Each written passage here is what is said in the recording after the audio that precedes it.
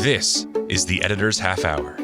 Step into the life of an editor for 30 minutes as we discuss the craft of editing, industry trends, and editorial resources. Your host is co-founder and CEO of Peak Publishing Inc., Nadia Jaja Pupa.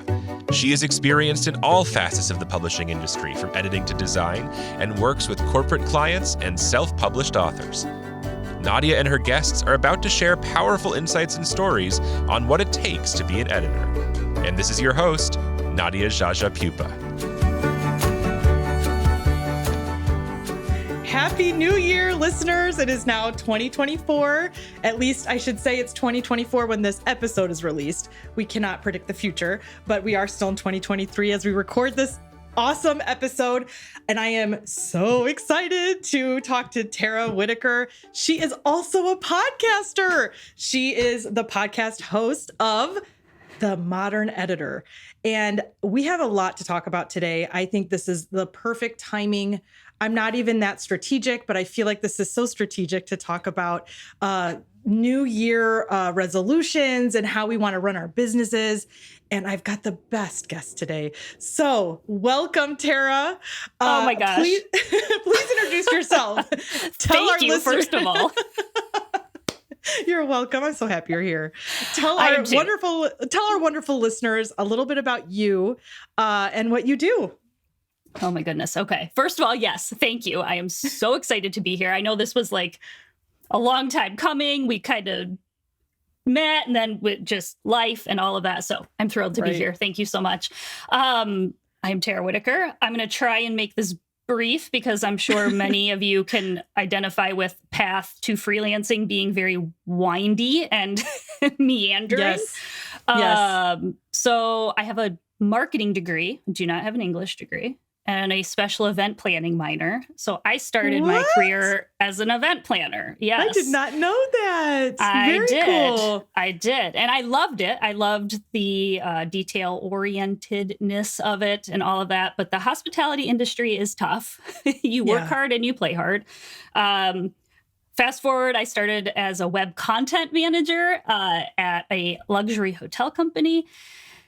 And that wasn't what I was looking for creatively. So I started trying to find something, and a college friend introduced me to book blogging.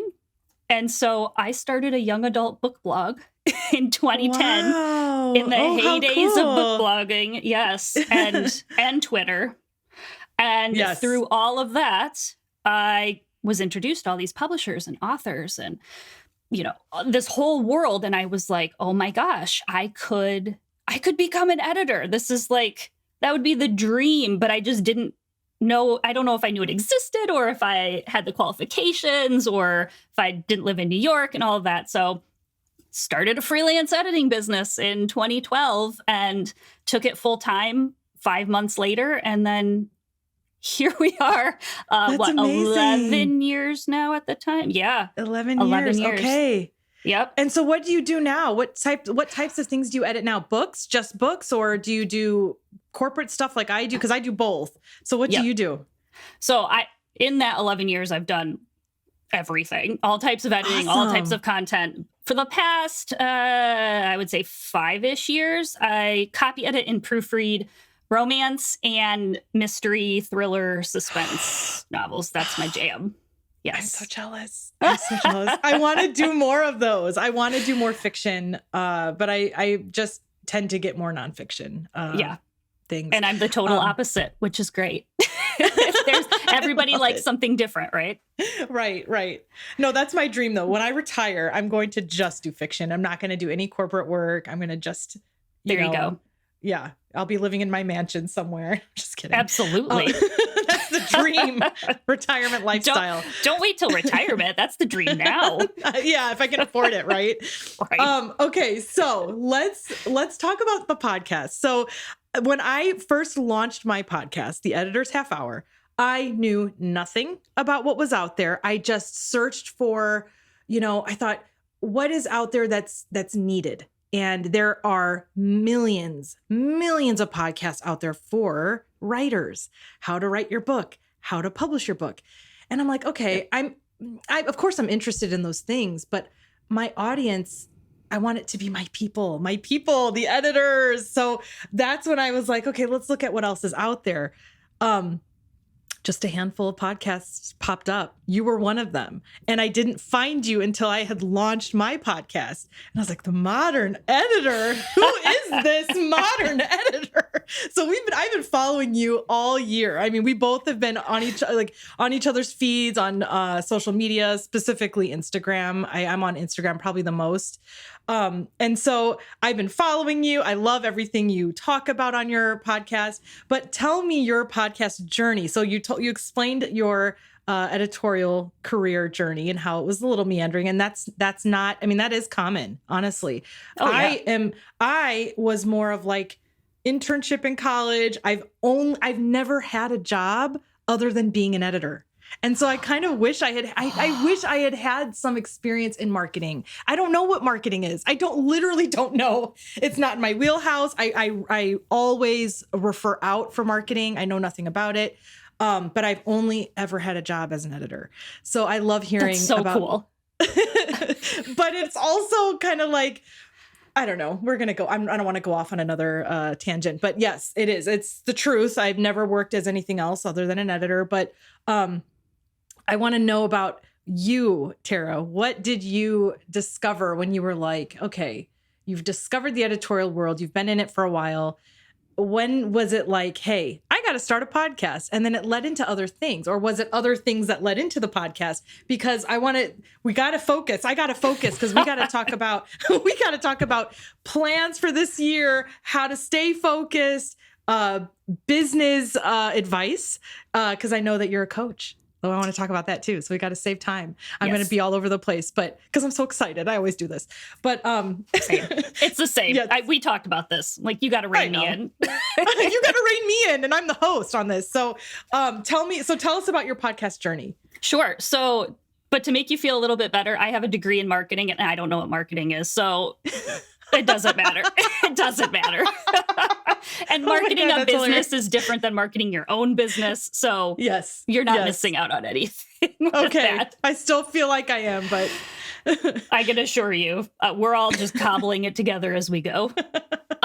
So with the podcast, so I had started the editing part. Fast forward to 2020. We all know what happened in 2020. I really had a sit down conversation with myself because I had wanted to do a bunch of things, which I'll talk about.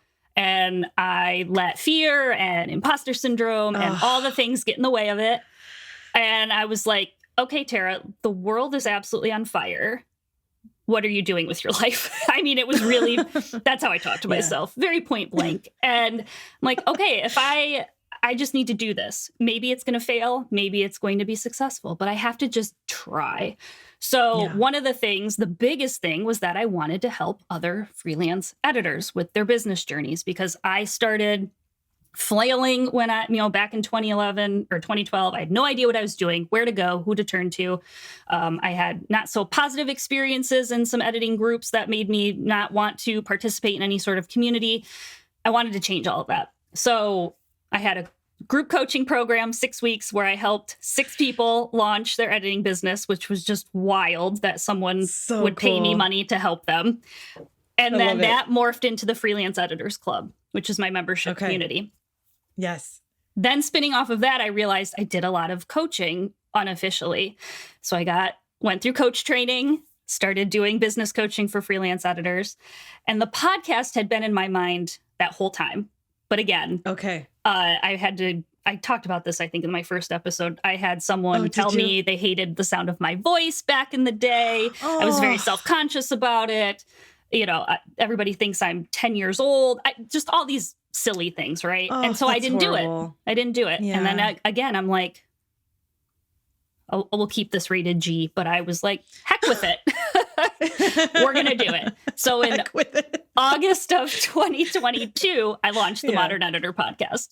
And partially, I mean, there's lots of reasons. Number one, I don't like to write, which I know is super strange for some editors that I don't like. No, that's not strange at all. But I don't think people talk about it as much, or they never used to, because I think it was assumed editors like to write, and I don't. And so I have a blog, but I don't do any, I mean, now it's my podcast episodes, but I wanted to share information. I wanted a sense of community, and I wanted it to be accessible and not behind a pay barrier. So all of those combined was like, well, podcast fits that perfectly, and I can talk all day. So you never run out of things to talk about. Never run out of things. No. So that's how we got to where we are today. I love it. So it was the freelance editors club that was first established and then led into the podcast. Okay. Yep. So I'm gonna consider you like my big sister with podcasts, because so you launched in 2022, right? I did. And I launched in this, or I shouldn't say this year, last year, which is 2023. Well, last year, according to when this episode airs. Yes. But so yeah, a year later. So I'm just so glad to definitely connect and have our listeners see us connect, because there's different mentalities out there with editors. And we talked about this when we finally got to meet one-on-one before recording this. Some editors, I'm sad that this exists, and I don't know why it exists. I feel like maybe it's a generational thing. I don't know what it is or why. Certain editors feel like we're competitors. Or not just the two of us, but just editors in general. And this isn't the first time I've heard this. I met there's an editor who's a friend in the SD Pen San Diego Professional Editors Network. We have our great community here locally. And she told me, I'll just name drop, Rochelle Funk. She's one of the members of SD Pen. If you're listening, Rochelle, I remember a story she told me years ago at a conference, and she's also a writer, and it was a writer's conference, and she met another editor, and the editor was like, oh, and then just completely, it was like, I don't want to connect with you. You're like, it was clearly like, oh, we're competitors in a writer's conference trying to get gigs. And she was like, what? So that was her.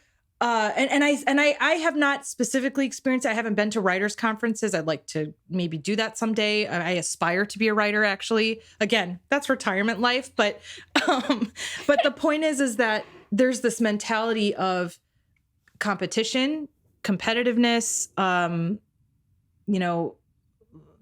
a different type of view when one editor meets another editor outside of like a community environment, like outside of an editorial community. Yes. And I think that that's a shame. And I'm sad that exists. I will never be that way.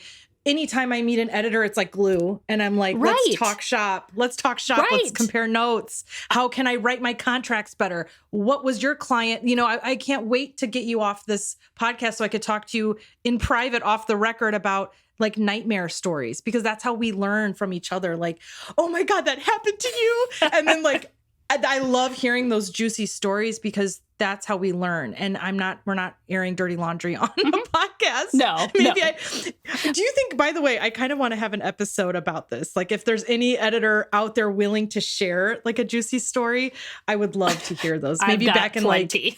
Do you? Okay. I'll have you back on. It's back on. We're going to do this. So many.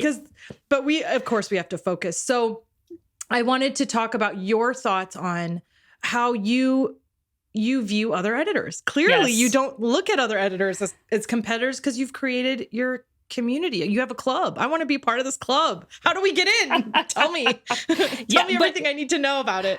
Well, and you hit it right on the head, right? Like, and we talked about this when we met one-on-one, because when I'm on Instagram mostly too, and whenever I see you promote a podcast episode, if I catch it, because I'm not on there 24/7, but if I catch it, I promote it. I share it. Yeah. And I had someone DM me and go, it is so strange that you are promoting another editor's podcast when you have your own. And I was like, what? I was so mind boggled. Like that is the mentality though, right? And that was the mentality I had when I started. And that was the community I joined in a Facebook group that I posted something and I just got ripped apart. Like, you didn't do this, and what makes you even think you can become an editor, and what education have you had, and I retreated and was like, well, I'm not going to put myself out there again.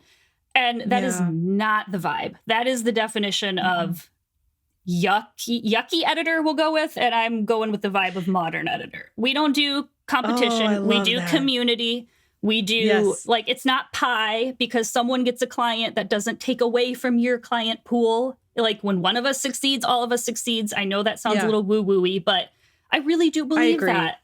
I believe that. And I do. transparency with rates and problem clients and, you know, contracts and all these things that have, for the majority of my career, been like behind the curtain. Nobody wants to admit their rates. Nobody wants to talk about if they screwed up. You know, of course, that's human nature, but I don't like that. I don't want that to be our industry because we already have an uphill climb with some of our clients being adversarial and the red pen wielding, you know, ripping apart their content. We already have to fight that. Let's not have internal fighting too. Let's be friends.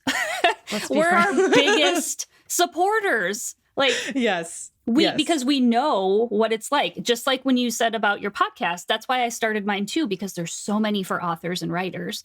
And of course there's overlap, but there weren't many for specific editors. And now there's industry. 2 more, and I hope there's more. Know. Like I hope there's more. I'm not like, well, nobody else can have an editing podcast now. That's ridiculous. That's what I want. That's my goal in life. I want more podcasts. Yes. I want more exposure for editors. Yes. I truly, like, I honestly get, like, when I have people on this podcast, you are one of them. Everybody, every single guest on this podcast, I feel like is a celebrity in our community. They I are. feel that like, way about you. I want your signature. I want to get a selfie with you. Like I really feel like we do need to build ourselves up, and in our community, like we truly are. I mean, in my eyes, all the guests are celebrities. And I said that on the last episode when I had Aaron, and I was like freaking out, like, I know. I mean, that's how it is. But that's how it is in my head. It's not like that in society, in the general public.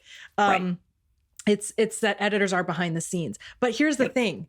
Movie directors are also behind the scenes, and they get awards and they get recognition, and people name drop movie directors. We are essentially book directors. We are movie directors. I love on the that. page. And that's why I feel like there needs to be more. There needs to be more podcasts. There needs to be more recognition. There needs to be more out there for editors. It just feels like this weird, unregulated thing where anybody can be an editor. And yes, that is true. Anybody can be. There is no degree. There's a certificate. There's no degree in publishing or degree in editing. Maybe that'll change someday. It may, because now with AI, and we're not going to go all into AI and talk about it. That was the last episode. But let's give AI a break. We're done. But as it does continue to grow, and as we said in the last episode, there's always going to be that doom and gloom surrounding that topic. Companies are making big mistakes by, letting go of employees. It's going to come back. I mean, let's just chill out for a minute. Chill out, corporate clients. Chill. Take a breath. Take a breath. Editors are not going anywhere. You're making a big mistake by relying 100%. Use AI as a tool. I'm not knocking it. I took the class on it. It's a tool. So the point I'm making is, what is the point I'm making? God. Going on and on. I lost my editors are friends, not competition. Yes, they're not competition. I had to think back. I was like, wait, what were we talking about? I know. What were we talking about? I need your help. You're also a podcaster, so that's why I'm leaning on you, But Tara. I only do solo cast right now because I'm not organized enough to have guests yet. That was the plan. Has it happened yet? No, but maybe in 2024. It'll happen whenever you're ready. But it's so much fun talking about it versus, solo casting. I feel like if I had to listen to myself talk for too long, even I get annoyed. So I'm sorry. I apologize, 100%. listeners. No, not you, me, I mean. Thanks a lot, Tara. Now we're enemies. I'm kidding. I'm totally kidding. Oh my goodness. This is normal though. I put my foot in my mouth quite frequently. No. You know what I meant. I don't like listening to myself speak. Yes. I know exactly what you meant, but I think it's kind of, let's circle back to the fact that editors need to support each other. I think that's really the point I'm trying to make. Line. I went off on different tangents, but I think that it is essential, especially moving forward. I posted the best quote from Erin in the last episode, which is, we need to stick together. We're in this together. Yes. We're not, yes, we have to make money. Yes. But where do you get your referrals? I get them from other editors. Yes. I don't get them from people out in the world don't know what we do. They don't know the levels of editing. They don't even, they can't begin to understand, and that's okay. It's not their Sure. industry. So Sure. where I get my business is word of mouth and through other editors. Do you feel the same? 100%. I mean, I've gotten clients from all sorts of, I have gotten a client from cold emailing, like, not that I Okay. recommend that, but I always do talk about referrals and word of mouth because it's relationship building. Editors approach editing in various ways, but how I Yes. do it and how I guess, coach is very relationship based. Like, this is a partnership. This is, we're working together to make this piece of content the best it can be for the reader. I'm not out to change your voice, not out to, again, with the red pen. And the way that approach lends itself very well to word of mouth and referrals, because if they have a good experience, they're going to talk about it. When we have good Yeah. experiences with other service providers, we Oh, talk yeah. about it. And Yes. whether that's testimonials or direct referrals, like, hey, you need to go talk to Nadia or whatnot. Yeah. To me, that's been how I have gotten almost every single editing client that I have. And I work with mostly publishers. I don't think I mentioned that. I've worked with self-published authors, but I work mostly with companies and publishers. But even then, like, it was what am I Yeah. trying to say? One job or one client got me another client that got me another client, Yes. and so on and so forth. That's what works. That's because awesome. we know that we trust other people's opinions, people that we trust. If they tell us that they had a good experience with an editor, we're going to take that as truth and we're going to reach Yes. out to them. It's way Yes, better yes. than finding some rando on Google, which can also work. But it might, but there's less of a chance. Yeah, I would be so much more inclined to work with somebody has vouched for that person. Absolutely. Like, oh, you got to work with Tara. She's the best, and I'd be like, oh, okay. You trust whoever that is who gave you that advice. And so I think word of mouth is one of the strongest, and it will always be the strongest way to get business. 100% agree. So let's pretend that we're, in a coaching session. How do you structure these? I want to know like the juicy details. What's it like in a coaching session with you? Have you had editors open their hearts to you? I feel like I might get emotional if I talk too much about what I'm struggling with. It's not like it's a therapy session, but it is personal. I mean, people who go through nutrition programs break down and cry. I mean, that has nothing to do with anything. But what I'm saying is, with business, it's your blood, sweat, tears kind of thing. When you're a solopreneur who maybe aspires to be an entrepreneur, everybody has different goals and mindsets when they decide to become a freelancer. What's it like? What's it like in a session with you? I want to know, because I want to have a session with you. So my favorite answer that my coaching clients and the club members will laugh at is, it depends, because it's all different. I offer different types of coaching and then offer different types of packages. So for example, yesterday I have a coaching type that's called the GSD day, which stands for get stuff done, or what other S word you'd like to put in the middle of that. I love that. And it's all on Voxer. And if you don't know what Voxer is, for those listening, it's a walkie-talkie app, kind of like WhatsApp or Marco Polo without the video. Yeah. Okay. And we talk all day. Not like literally back and forth, but the It's client like a text. gets me. Yep. It's a text day.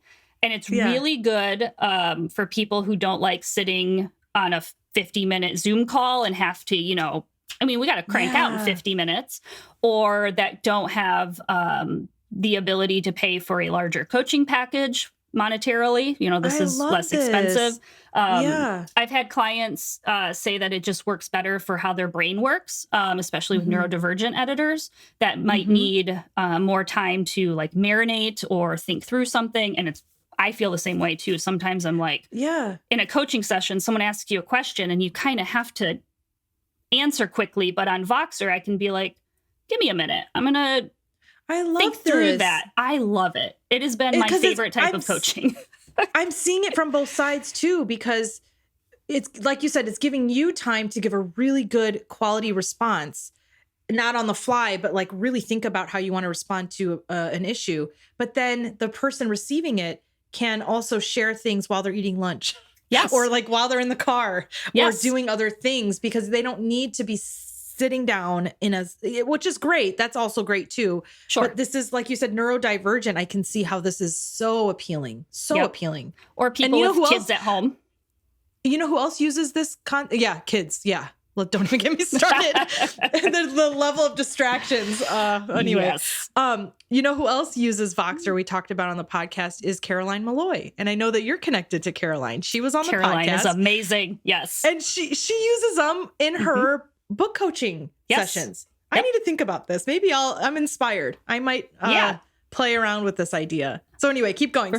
So that's what you offer as a GSD. Yes. GSD. That's one type of coaching. Yes. And then my other packages are just like, you can either do a one-off or there's a 6 sessions or 12 sessions, but then it really just depends on what the goals are for the client who's looking for coaching. I have definitely had people get emotional because at the end of the day, humans, and especially us right now, we just need someone to freaking listen sometimes. Like we just need a safe space to just let it out. And of course, I'm not a therapist, nor will I ever pretend to be. So there is a line, of course. But I mean, getting emotional, I'm fine with that. Like that happens. And it's totally fine. And I do think that people have done that because they do feel like they can open up and they do have that safe space, because I'm not going to judge or, try to fix things or reprimand or anything like that. It's just a space to talk. And we just go through what they're looking for, their goals. I have workbooks for each. I've got 2 right now. I'm going to, I think, combine them. But there's worksheets that we work through on goal setting and priorities and setting boundaries and, making what can we delegate? What can we outsource? I mean, it's very all encompassing, but so awesome. We just tailor it to the person, because some people might be really good at boundaries, but need help with goal setting. So then we tweak it. Another client can be totally the opposite and need boundaries or whatever. I just said the opposite of the first thing I you're said. Right. Vice versa. Yeah. So it is very tailored to the client, but I do have sort of a framework that I use to start, and then we tweak it from there. I love it. But we talk about everything. Gosh. Everything. I can't think of a topic we haven't talked about. Editing related or not. Editing related. Kids, you could write family, a book. The world news. Oh my gosh. Yeah. It's juggling a lot emotionally, physically. It's draining. Even though you're on your butt all day or maybe at a standing desk all day, it's draining on your eyes. Oh my gosh. Like it's the mental capacity sometimes it takes when you're doing something complex. Which that's why Voxer's another good idea. Yeah. You're not staring at yourself or at someone else on a screen. Yeah. There's none of that. And it's a time to be kind of vulnerable too and honest about what you're struggling with in your company. And maybe it is just struggling to get more work. I think that's going to be a thing now. I mean, people are noticing that work is slowing down, whether it's from corporate or from author side of the business. It is slowing down a little bit, and it tends to do that closer to the holidays.